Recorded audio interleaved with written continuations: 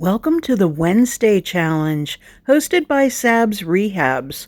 This is normally our Tuesday talk, but this week it's Wednesday talk.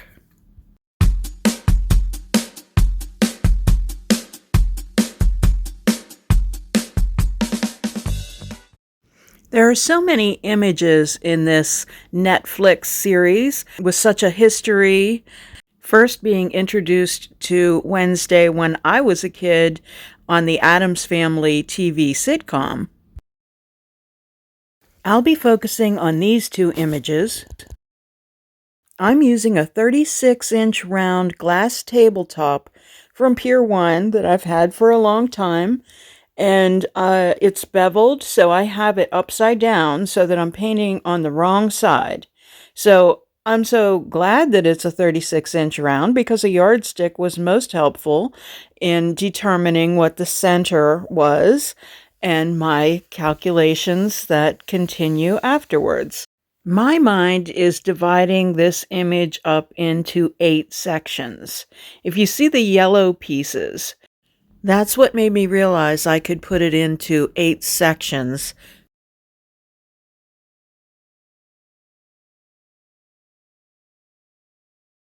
I'm using a Sharpie, as you can see, and a yardstick.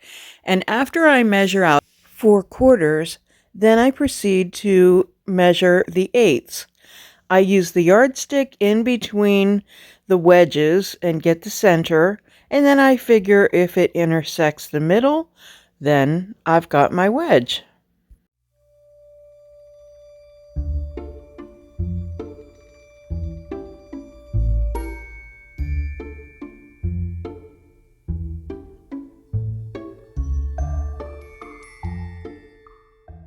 Not all of the Sharpies wanted to work. Some of the lines were difficult to see, and you can't see them on camera, but I can see them, so that will work for me. See, it's very faint. The process continues until I get it divided up into 16ths. Remember, check out Sab's Rehabs and all of the furniture artists that participated in this challenge. The playlist will be in the description box, and you'll want to subscribe to all of their channels. Then I decide how I'm going to separate it from there. I had a few mathing ideas, and then I decided to estimate on my 8th lines how far down I thought they would go, mark all of the lines accordingly, and kind of drew in my curved lines from there and used my straight edge for my straight lines. I hope that makes sense.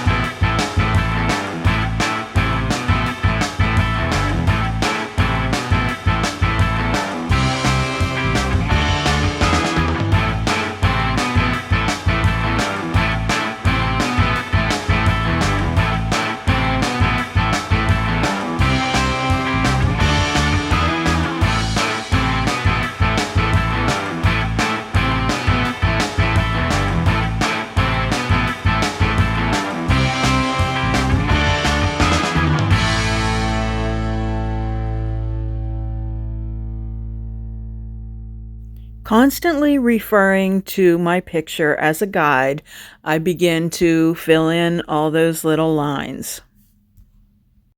I'm pleased that the Sharpie, even though sometimes it's hard to see the lines, that it doesn't smudge. So that really serves me well.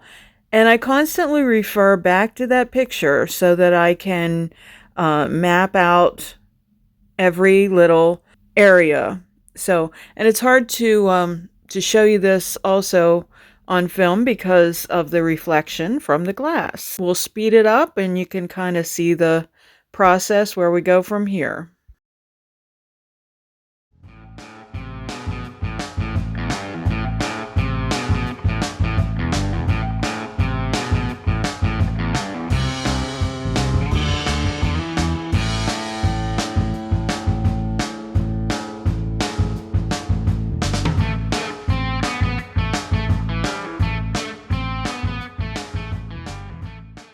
Finally, it's time to start painting.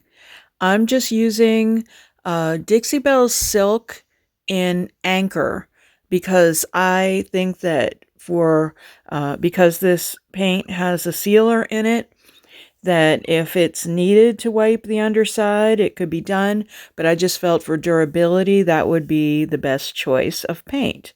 And I'm beginning with one coat, obviously, and so there will be at least two coats. We'll have to see what it looks like after two coats and see if the lines need to be deepened.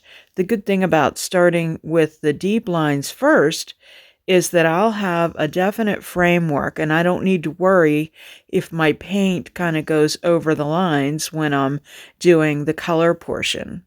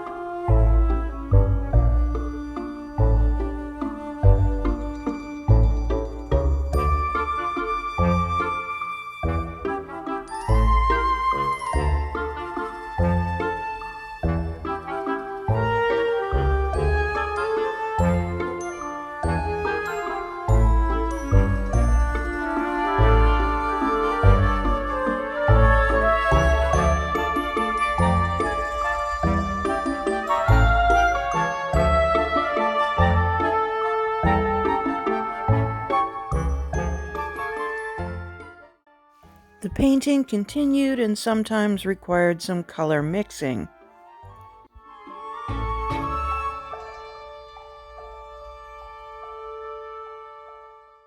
I continue to paint over all my lines, and you know me, I jump around a little bit, so I'm making Lexi, who's filming me, a little crazy. By the way, this design, the idea of using it as a tabletop was sort of Lexi's idea. So she had the idea, and then I came up with the solution for the base, which is going to incorporate that scrolly look from the Nevermore Academy gate.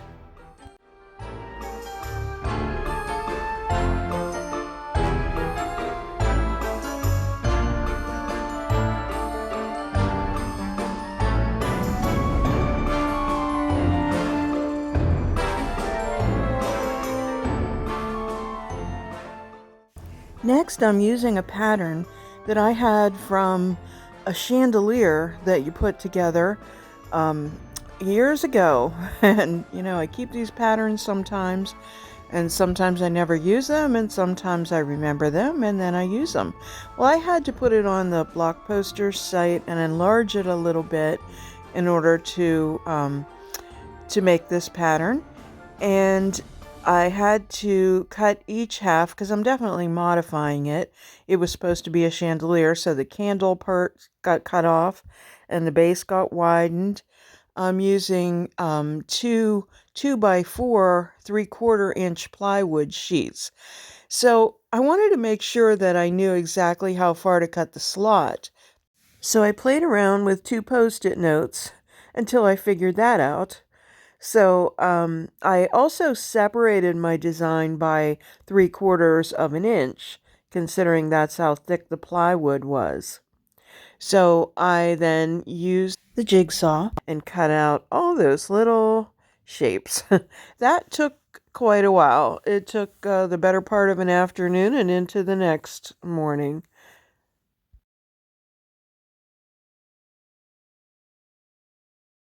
When I got to the parts that were in the center, I used a paddle bit on my drill to make a hole so that I could put my jigsaw blade in there and cut out those sections.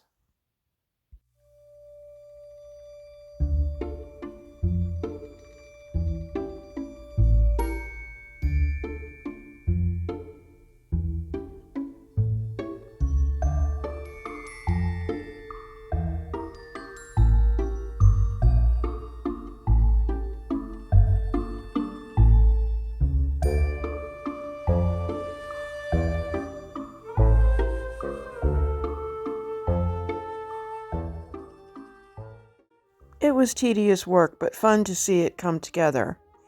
So I used the first one I did as a pattern for the second one, remembering to put the slot on the opposite end.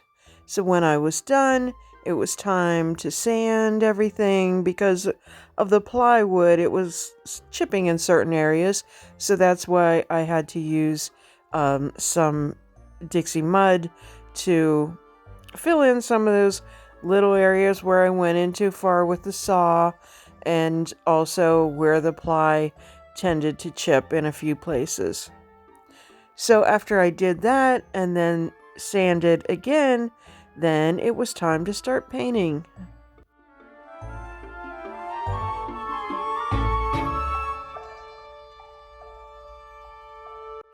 With each side facing me one at a time, I went in and did all those little inside areas.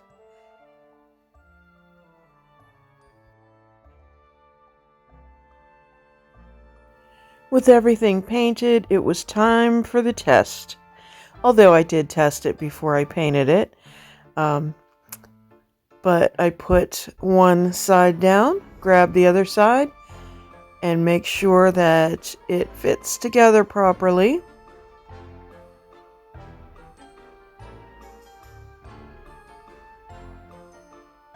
And voila, we have a table base. As it sits right side up, I then can touch up all the spots that I missed from that angle. As soon as this dries, my piece is ready for the top.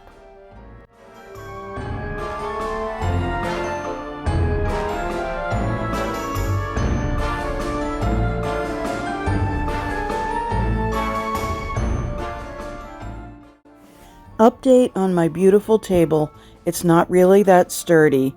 You do anything for art, you know. I would have to make some adjustments to the base or get a smaller top. And the paint is not adhering like I'd like it to. Wednesday would say you severely underestimate my apathy. We do what we can for art, but then when it comes to selling and reality, we have to make some adjustments.